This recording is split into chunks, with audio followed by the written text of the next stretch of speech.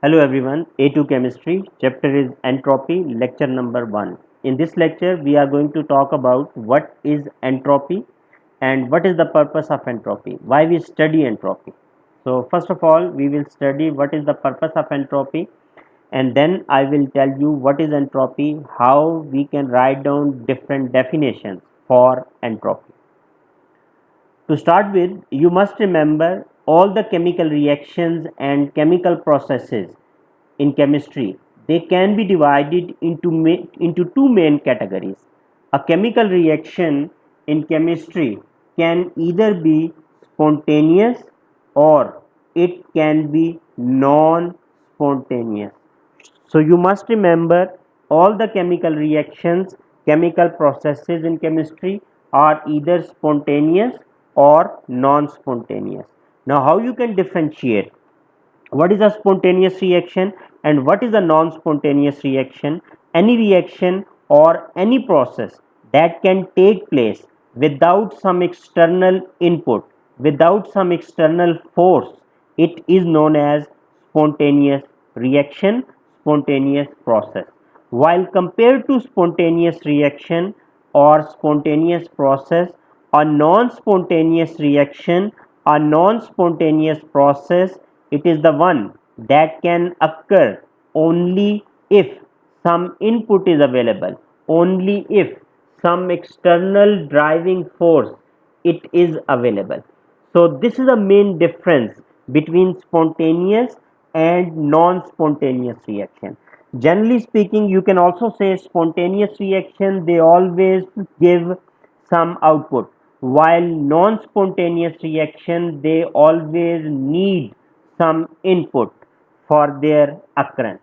So this is the difference between spontaneous and non-spontaneous reaction.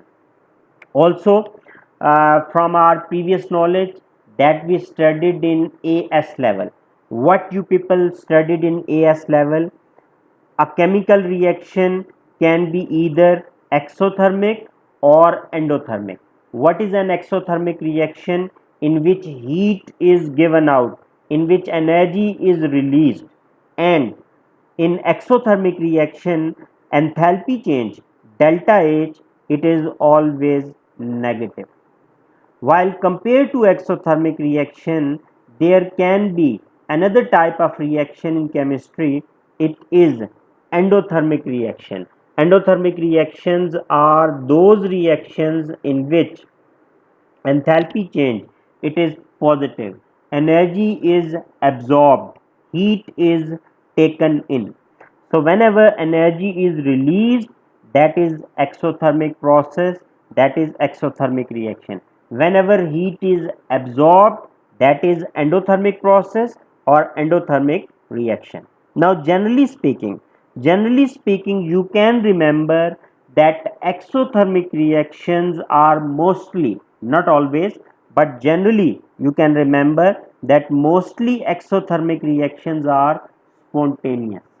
Mostly exothermic reactions are spontaneous, while endothermic reactions they are mostly non-spontaneous. Exothermic reactions they are mostly spontaneous, while endothermic reactions are non-spontaneous. But as I said, there are many exceptions. There are many exceptions to this information. I can give you two common examples that are an exception to this general fact we have studied. So, two examples that you can remember. Example number one, if we are having ammonium chloride is a solid. If you add it in water, and when ammonium chloride is added in water, it dissolves, and enthalpy change of solution of this reaction, this process, it is positive. So it means enthalpy change of solution of ammonium chloride is endothermic. It absorbs energy when it is dissolved in water.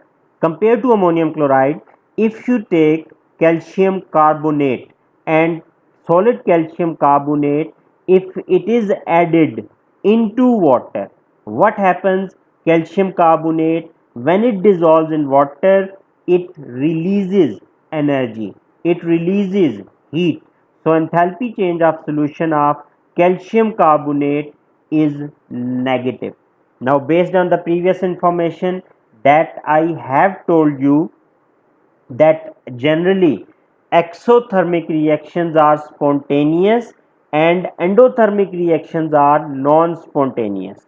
So based on this information, what we should conclude? We should conclude that ammonium chloride should be insoluble in water because its enthalpy change of solution is positive.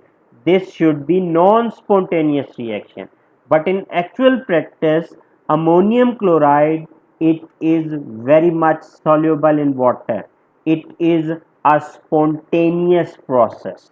So you can see that is why ammonium chloride solution formation, it is an exception. It is an exception that although its enthalpy change of solution is positive, enthalpy change of solution is endothermic, but even then it is soluble in water, its process of solution formation is spontaneous. Compared to this, calcium carbonate, whose enthalpy change of solution is negative, this should be soluble in water and this should be spontaneous. But in actual practice, calcium carbonate is soluble a little in water and it is non-spontaneous reaction. So you can remember these two reactions, these two processes as examples where with the help of enthalpy change we cannot make a conclusion about the spontaneity of these processes. So what we will have to do in such type of processes, whenever in a chemical reaction with the help of enthalpy change alone we cannot make a conclusion whether that reaction is spontaneous or non-spontaneous, then what we have to do, we have to take the help of entropy. So remember, entropy is another property of a chemical reaction that helps us in deciding the spontaneity of a chemical process, spontaneity of a chemical reaction. So now you can remember spontaneity of all the chemical reactions, spontaneity of all the chemical processes, it is decided with the help of two driving forces. Spontaneity of all the chemical reactions, spontaneity of all the chemical processes, they can be decided whether it is spontaneous or non-spontaneous. It is based on two driving forces. One driving force I have already told you, it is enthalpy or enthalpy change. With the help of this, we can decide about some of the chemical processes, some of the chemical reactions, whether they are spontaneous or non-spontaneous. But beside enthalpy or enthalpy change, the second driving force that we must also consider while deciding the spontaneity of a chemical process, spontaneity of a chemical reaction, it is entropy. It is entropy change. So there are two driving forces you must remember to decide about the spontaneity of a chemical reaction. It is enthalpy and entropy. Sometimes besides entropy we can use another term. It is known as Gibbs free energy, or it is known as Gibbs free energy change.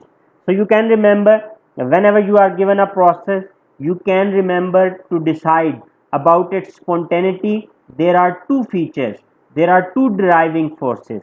One driving force is enthalpy change and the other driving force is the entropy change.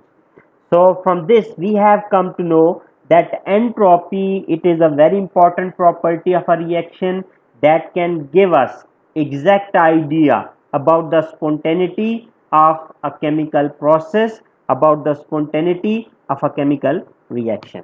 So this is the purpose of entropy. Second thing, you must know, you must remember what is entropy, how we can define entropy. Okay, now we are going to study what is entropy, how we can remember different definitions of entropy. You must remember entropy, its symbol is capital S naught, standard entropy S naught, and the unit of entropy is joule per Kelvin per mole. Joule per Kelvin per mole. Remember, entropy, it is a property of matter. Like so many other properties of matter that you people know very well, entropy, it is also a property of matter. Like energy, like density, like melting and boiling point, like mass, like pressure, like volume, entropy, it is also a property of matter. Second thing, right now we are going to study three different definitions of entropy. You can remember anyone or all the three definitions for entropy, and we will study one more definition of entropy later on. You must remember all these three definitions, they are interlinked. They are based on each other. So how you can remember the different definitions for entropy? First of all, the simplest definition of entropy that you can remember, entropy, it is the measure of the degree of disturbance or degree of disorderness of particles. So whenever there is greater disturbance, there is greater disorderness of particles in a substance, we can say that substance has more entropy. That substance has more entropy, more degree of disorderness. Remember, degree of disorderness or degree of disturbance of particles, it depends on amount of energy. So the second definition that you can remember for entropy, second definition, it can be entropy is the distribution of energy. It is the distribution of energy. Greater the distribution of energy of particles in a substance, greater will be the entropy. And then distribution of energy, it depends on what? Distribution of energy of particles, it depends on amount of heat transferred to a substance. So the third definition that can be remembered, it is entropy is the transfer of heat at a constant temperature. So these are the three different definitions of entropy, and you can remember all these three definitions for entropy, they are based on each other. Entropy, it is the transfer of heat at a constant temperature. Whenever heat is transferred to a body, what happens? Energy is distributed. So distribution of energy, it is entropy. And whenever energy is distributed, the particles of a substance, they cause disturbance, they cause disorderness. That degree of disturbance, that degree of disorderness, it is known as entropy. You must remember, based on the third definition, a very simple mathematical formula you can remember for entropy. Entropy, it is equal to heat transfer divided by temperature. Entropy, it is equal to heat transfer divided by temperature. In the symbolic form, you can remember S is equal to Q divided by T. S is the entropy, Q is the heat transferred, and T is the temperature at which heat was transferred. So these are the three definitions of entropy that you can remember. All of these three definitions, they are equally important and they are equally acceptable. Now one more thing you must remember, the idea of entropy, the concept of entropy, it has been given by the second law of thermodynamics. The second law of thermodynamics, it provided us the idea of entropy. And what is the statement of the second law of thermodynamics? The statement of the second law of thermodynamics is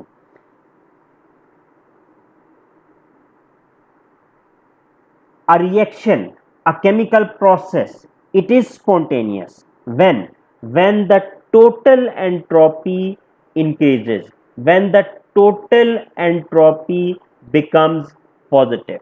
So you must remember, this is very important statement of the second law of thermodynamics that helps us in understanding the purpose of entropy. According to the second law of thermodynamics, a chemical process can be spontaneous if the total entropy it becomes positive, if the total entropy increases.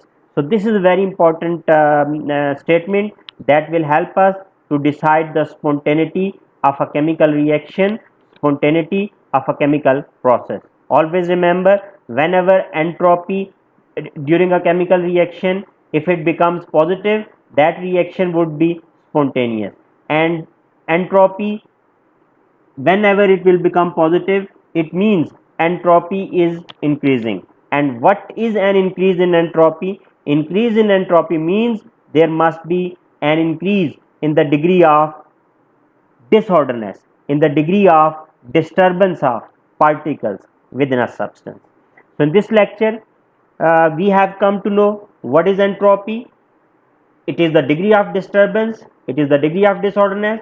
And what is the purpose of entropy? Entropy, it helps us in deciding about the spontaneity of a chemical reaction, spontaneity of a chemical process.